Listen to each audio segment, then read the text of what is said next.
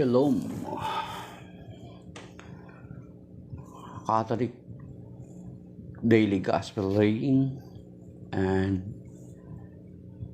Preaching in the Wilderness series. The Gospel of the Lord according to St. Mark chapter 6 verses 17 to 29. Glory to you, Lord.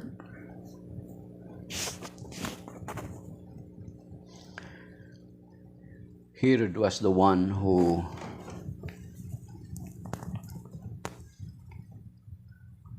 had John arrested and bound in prison on account of Herodias, the wife of his brother Philip, whom he had married.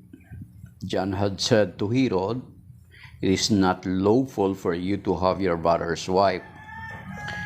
Herodias harbored a grudge against him and wanted to kill him, but was unable to do so. Herod feared John, knowing him to be a righteous and a holy man, and kept him in custody. When he heard him speak, he was very much perplexed, yet he liked to listen to him. She had an opportunity one day when Herod, on his birthday, gave a banquet for his courtiers, his military officers, and leading men of Galilee. Herodias' own daughter came in and performed a dance that delighted Herod and his guests. The king said to the girl, "Ask of me whatever you wish, and I will grant it to you." He even swore many things to her. "I will grant you whatever you ask of me, even half of my kingdom." She went out and said to her mother, "What shall I ask for?" She replied, "The head of John the Baptist." The girl hurried back to the king's presence and made her request, "I want you to give me at once on a platter the head of the John the Baptist." The king was deeply distressed, but because of his oaths and the guests, he did not wish to break his word to her. So he promptly dispatched an executioner with orders to bring back his head. He went off and beheaded him in the prison. He brought in the head on a platter and gave it to the girl. The girl in turn gave it to her mother. When his disciples heard about it, they came and took his body and laid it in a tomb. The Gospel of the Lord. Praise to you, Lord Jesus Christ. Kapiyastahan pala ngayon, mga kapatid, ng martyrdom ni St. John the Baptist. So, ang ebanghelyo ay sinasaysay ni John the Baptist kung papaano ni St. Mark kung papaano pinatay or namatay si St. John the Baptist through beheading. At ang naging dahilan ay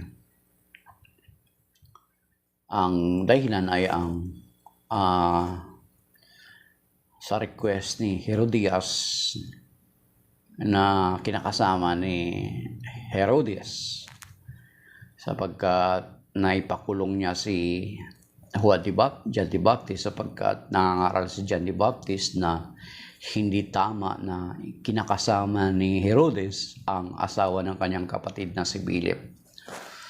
So, nagalit siya.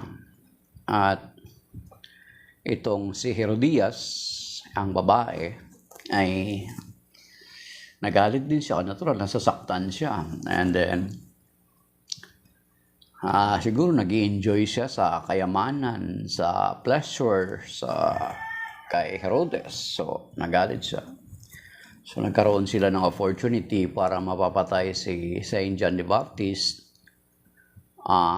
nung sumayaw yung kanyang anak. At ikinatuwa ni Herodes at dahilan sa kanyang katuwaan ay nangako siya na kahit kalahati ng kanyang kayamanan or ng kanyang kaharian ay bibigay niya doon sa anak ni Herodias.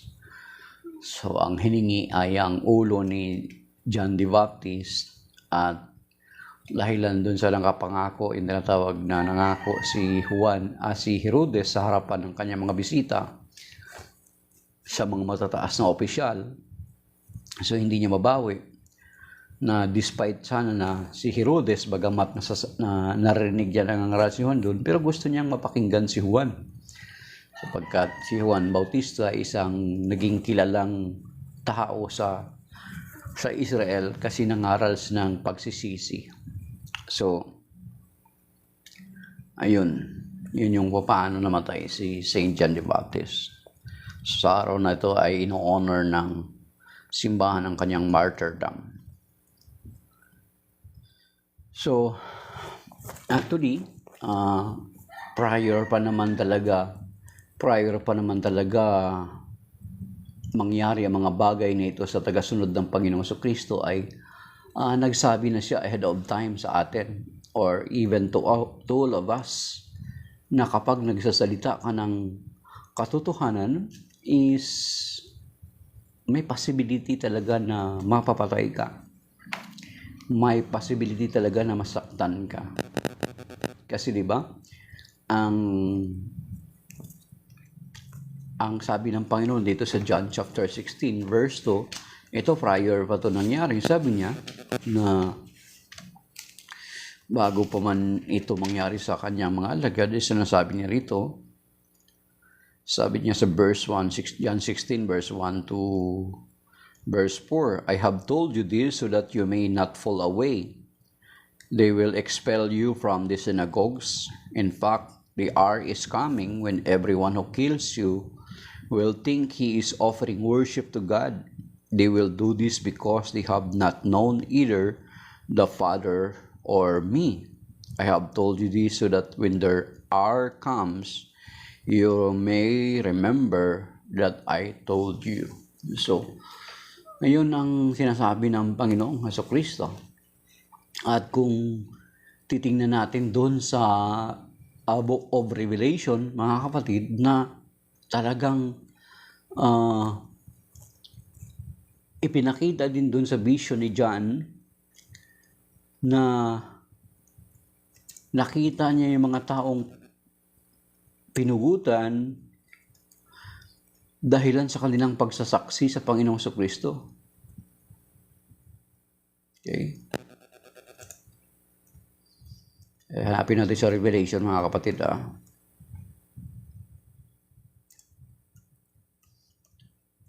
Sabi rito, sa Revelation, chapter 20, verse 4, mga kapatid. Sabi rito sa Revelation, so, ito nakita na ni John, sabi niya. Then I saw thrones, those who sat on them were entrusted with judgment. I also saw the souls of those who had been beheaded for their witness to Jesus and for the word of God, and who had not worshipped the beast or its image, nor had accepted its mark on their foreheads or hands. They came to life and they reigned with Christ for 1,000 years. So, nakita mismo din ni St. John sa kanyang vision doon sa nasa island of Patmos siya, dito sa Revelation, yung mga taong pinagutan ng mga ulo dahilan sa kanilang mananampalataya. So you see, na kapag nagsasalita ka ng katotohanan, is sasabihin nila ay bigot ka. Sasabihin nila na nagdi-discriminate ka. Kaya nga time will come, mga kapatid, parang kung titingnan natin yung pattern sa kasalukuyan, makikita natin na tayo na mga Kristiyano ay ang ating Biblia, ang Catholic Church at ang Biblia ay balang araw ay mamarkahan na baka pagbabawalan na tayo. Kasi kung titingnan natin sa buong mundo, ang Catholic Church lang ang matapang magsalita patungkol sa mga bagay na ito. Di ba? Yung abortion sa US, na baliktad yung Roe versus Wade na yun na sa matagal na panahon at napasara ang maraming abortion clinic because the Catholic Church consistently teaching against it. Dami na pong mga pari na napakulong doon kasi nagpipray sila doon sa abortion mill. Dami nang nakulong. So you see, dalang araw ang Biblia maaring ipagbawal kasi kung titingnan natin, kung babasahin natin to, talagang makikita natin na hindi ito sumasang-ayon at sumasulungat ito sa tinatanggap ng marami sa atin sa kasalukuyan. Kaya kung titingnan natin doon sa ito balang araw mga kapatid, sa wisdom or karunungan, tingnan niyo po mga kapatid.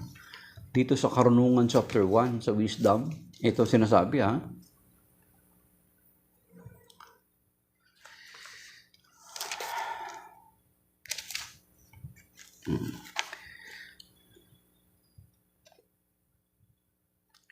Sa Karunungan chapter 2 verse 10 hanggang sumusunod mga kapatid.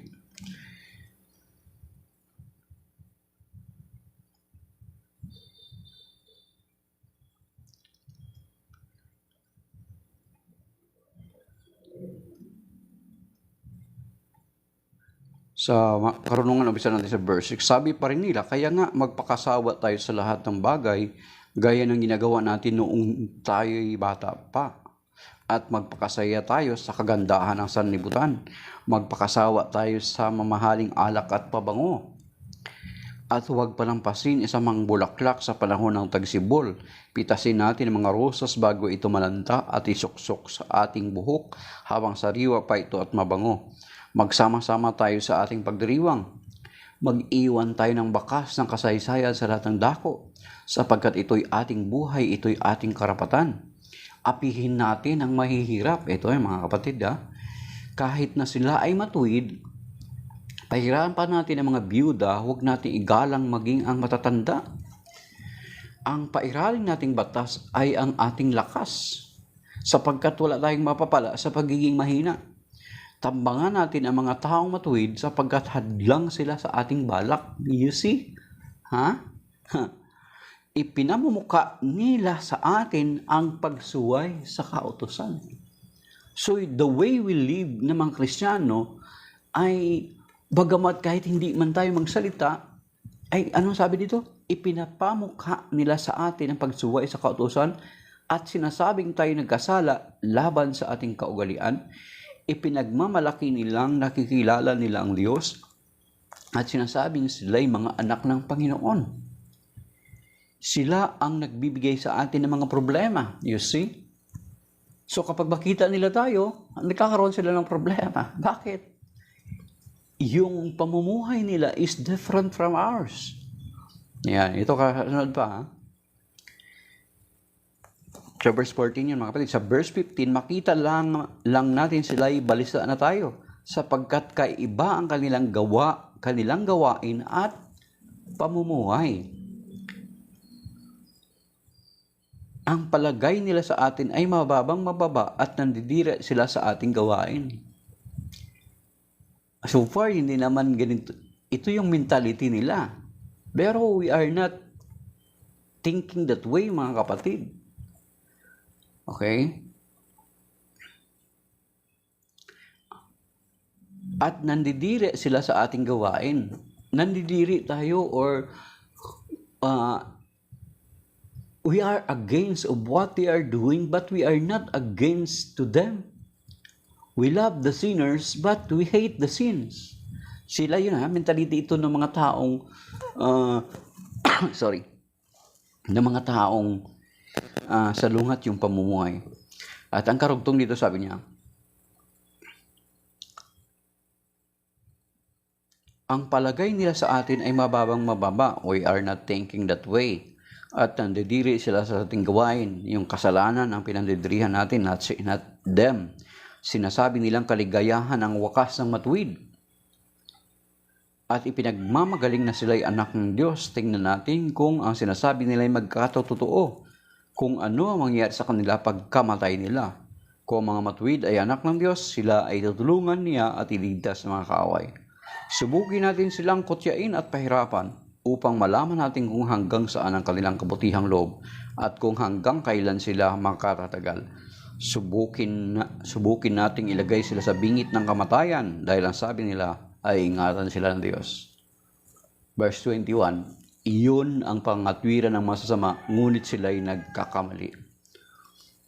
Sapagkat binubulag sila ng kanilang kasamaan, hindi nila nabatid ang lihim na panukala ng Diyos. Hindi sila umasa sa gantimpala ng kabanalan. Hindi naisip ang magandang wakas ng malinis na pamumuhay. Yan, mga kapatid. So, yun yung magiging thinking nila. So, time will come, ay ganun na mangyayari. It's very hard, di ba? It's very hard to be a real Christian today. So, hindi pwede na i-compromise natin ang ating pananampalataya for us not to be harmed. For us na para hindi makasakit ang damdamin ng pananampalataya, ng damdamin ng iba is isusugarcoat na natin yung Word of God. Ha? Isusugarcoat. Ilublob na natin sa asukal.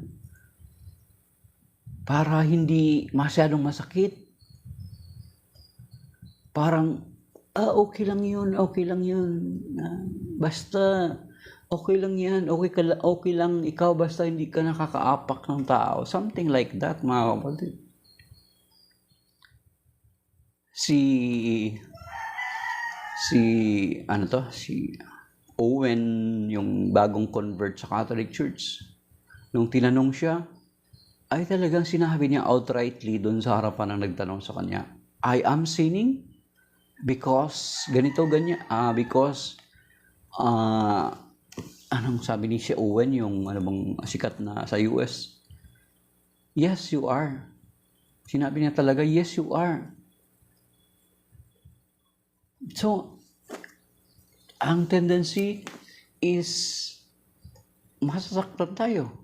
Kasi ang mga tao natin ngayon ay thinking that nasaktan din sila. So, they think we are offending them. Pero kung babasahin natin ang banal na kasulatan na talagang masakit at masasaktan ka. Sabi nga ni Father Darwin Gitgano, sabi niya, the truth can hurt us, but it cannot harm us. Ang sabi nga ng common natin na kasabihan, di ba? Meron tayong mga kasabihan na ang may mga sugat lamang ang siyang mahahapdian. Di ba? So, ang may mga sugat lamang ang siyang mahahapdian. Kasi sinasabi sa banal na kasulatan sa Hebrew chapter 4 verse 12, mga kapatid, ang sabi dito sa Hebrew chapter 4 verse 12. Kasi ito ang sinasabi, mga kapatid. Kaya talagang masasaktan ka at masusugatan ka ng Word of God. Ito sabi. Sa Hebrew chapter 4 verse 12, sabi dito, ang salita ng Diyos ay buhay at mabisa, mas matalas kaysa alinmang tabak na sa magkabilay may talim. Ito'y tumatagos maging sa kaibuturan ng kaluluwa at espiritu ng mga kasukasuan at buto at nakakaalam ng mga iniisip at binabalak ng puso. So you see, ang Word of God ay parang balaraw o espada na dalawa ang talim. Di ba? Ano bang espada? Talagang makakasugat, makakasakit. Pero kung tatanggapin natin yung Word of God, ito naman magbibigay sa atin ng kalayaan. Ayun, sinasabi ng Panginoon, di ba? Memorize natin. Maaari, memorize natin. Ano sinasabi doon sa John chapter 8, verse 31 to 32? Anong sabi dito? Buksan niyo po sa Bible. Sinabi naman ni Jesus sa mga Hudyong naniniwala sa Kanya, kung patuloy kayong susunod sa aking turo, kayo nga'y mga tunay na mga alagad ko, makikilala ninyo ang katotohanan at ang katotohanan ang magpapalaya sa inyo. So this word of truth ay ang magpapalaya sa atin. Yes, masasaktan ka, pero kung tagapin mo itong katotohanan na ito, ay magkaroon ka ng kalayaan, ng freedom. Freedom. Halimbawa, sinabi dito sa Biblia, magpatawad ka na, kapatid. Pag tinanggap mo yung Word of God na sinasabi ng Panginoon, forgive. At magpatawad ka, palalayain ka ng Panginoon sa bitterness. Yung bigat na bigat, yung kalooban mo na para bagang pasan mo ang daigdig. Kapag magpatawad ka, tanggapin mo yung sinasabi ng Panginoon, magpatawad ka. Diyan, pag tinanggap mo yun, magkaroon ka ng freedom. Magkaroon ng kagaanan ng buhay mo. Yung para bagang sa panahon, yung sa palagay mo is para ka nakakulong. Yung palagay mo na parang bigat na bigat ka na pasan mo yung daigdig. Pero kung patawarin mo yung nagkasala sa iyo at humingi ka rin ng kapatawaran sa mga kasalanan mo, palalayain ka ng Panginoon. God will give you freedom. So yun mga kapatid, try it mga kapatid. Ito yung sinasabi ng banal na kasulatan, John chapter 8 verse 32. If you will continue to remain in me, you will know the truth, and the truth shall set you free. Palalayain ka dun sa kabigatan, bibigyan ka ng kagaanan, bibigyan ka ng kaginawaan. Yun ang sinasabi ng banal na kasulatan mga kapatid. So anong pipiliin natin?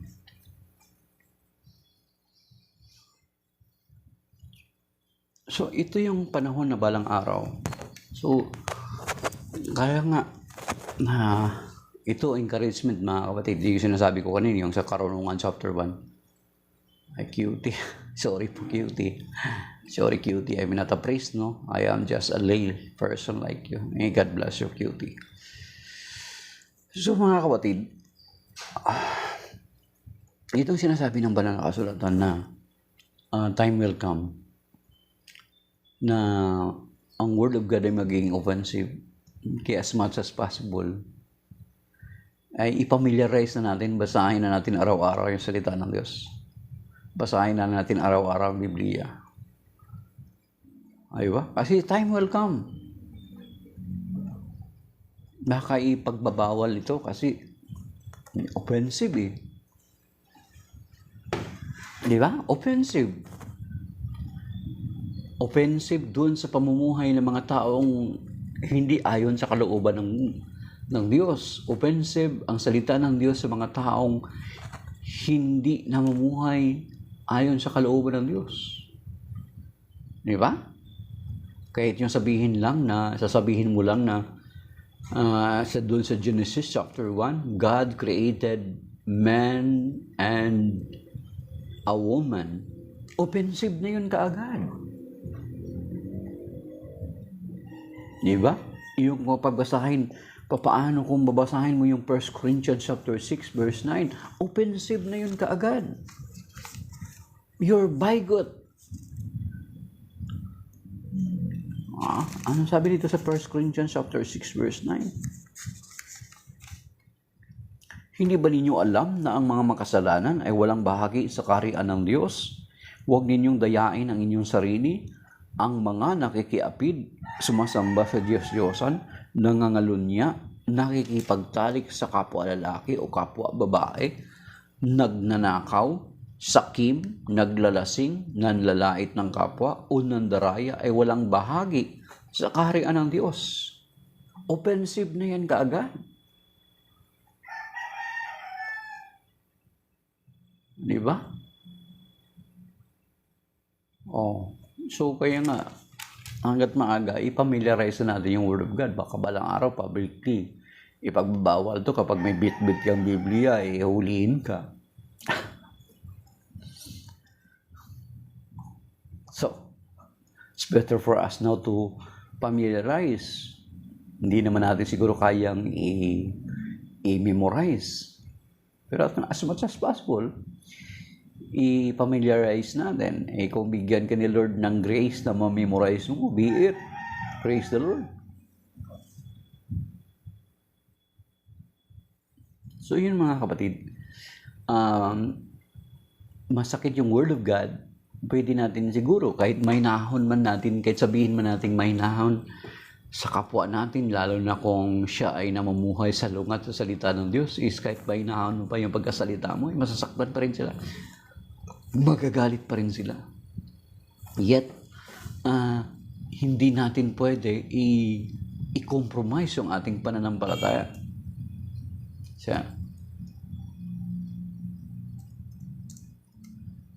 Sinasabi ni San Pedro,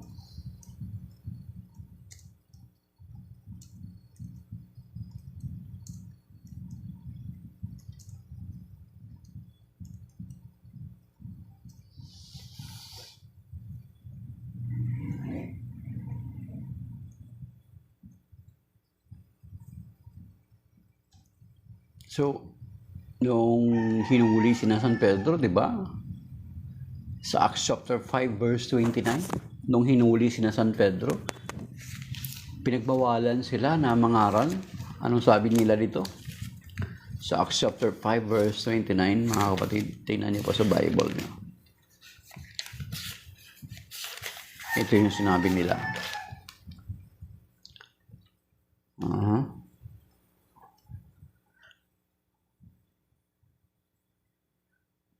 Na hinuli sila ng Sanhedrin dito sa verse 27, Acts 5:27 to 29. Iniharap nila sa kapulungan ang mga apostol at ang mga ito'y tinanong na pinakapunong pari. Hindi ba't mahigpit namin kayong pinagbabawal ang mangaral sa pangalan ng taong iyan? Sinabi niya, ngunit tingnan ninyo ang inyong ginawa. Laganap na sa Jerusalem ang inyong tinuturo at nais pa ninyo kaming panagutin sa pagkamatay ng taong iyan. Sa verse 29, sumagot si Pedro at ang ibang mga apostol, sa Diyos kami dapat sumunod at hindi sa tao. So you see? So yun yung gagawin, mga kapatid, balang araw. Yun yung mangyayari sa atin kapag magsasalita tayo ng katotohanan. Pero hindi natin dapat i-compromise yung katotohanan. Dapat i-preferred natin na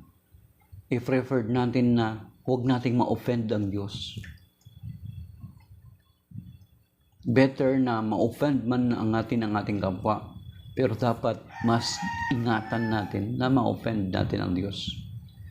Ang panahon ngayon is, sometimes we don't want to offend other people, pero hindi natin na-realize na we are already offending God. Sabi dito ni San Pedro, sabi niya, we better obey God than you. So, yun yung paninindigan nila, yun yung conviction nila. At kung titingnan natin, yung buhay ng mga unang alagad, ay ito'y nagbunsod sa kanilang kamatayan. Yung kamatayan na hindi lang simpleng kamatayan. Marahas at malupit na kamatayan. Si Saint John the Baptist, actually, namatay siya sa katandaan. Pero prior to it, according to the traditions, ay pinakuluan siya sa mantika. Pero hindi siya namatay. Kaya in-exile siya sa island of Patmos. And doon sa island ng Patmos ay nagkaroon siya ng revelation. You see? So, ganun katindi. Sa atin, di ba?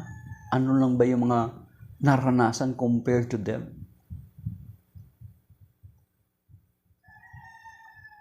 So,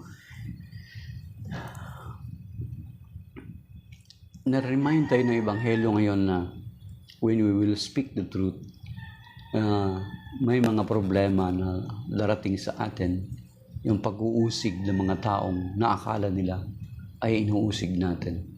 Pero we are just bringing the Word of God. The Word of God that gives them freedom.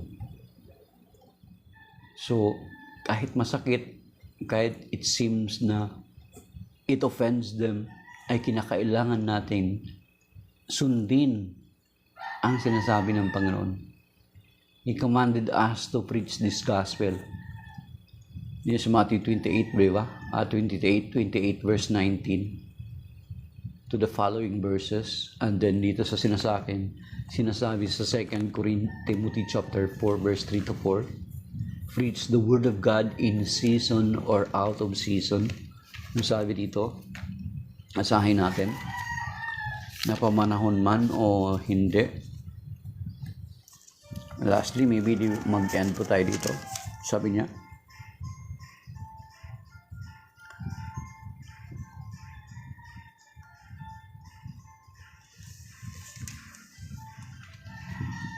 ipangaral mo ang salita ng Diyos, pagsikapan mong gawin iyan, napapamanahon man o hindi, himukin mo at pagsabihan ng mga tao at palakasin ang kanilang loob sa pamagitan ng matyagang pagtuturo, sapagkat darating ang panahong hindi na sila makikinig sa wastong katuruan, sa halip susundin nila ang kanilang hilig, maghanap sila ng mga tagapagturo na walang ituturo, kundi ang ibig lamang nilang marinig.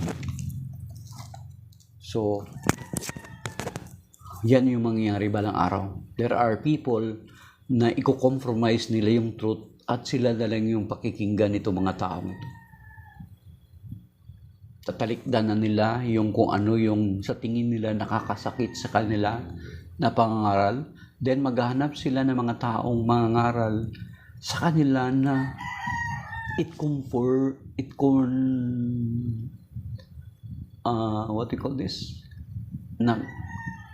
that confirms on their belief, that confirms on what they are doing, confirming their what they are doing. Yung sinasabi, maghahanap sila balang araw. Pero sa atin, hindi natin dapat i-compromise o sugarcoat yung Word of God. Yes, masakit. Pero kahit masakit, kung sakaling tanggapin nila ito naman yung magbibigay sa kanila ng kalayaan. Yung galak na hinahanap nila sa ganung mga bagay ay hindi nila matatagpuan. At tunay lamang nilang matatagpuan sa Panginoon. Sana ma-realize nila yun. Yung pleasure that we are enjoying, the things that we are enjoying in the world cannot be compared to what God has prepared for us if we will accept the truth that will set us free, mga kapatid. So, shalom. Maybe that is by now. May God bless us all and keep us safe and sound. Patuloy na mga pagpalain ingatan ng Panginoon. Yung mga misyonero natin na nagpapahayag ng salita ng Diyos sa iba't ibang dako at panig ng daigdig. So, shalom. That is by now. May God bless us all and keep us safe and sound sa araw na ito. Amen. So, maraming salamat sa mga nag-join, nag-like, at sa mga nag-follow. So, that is by now. Amen. Thank you.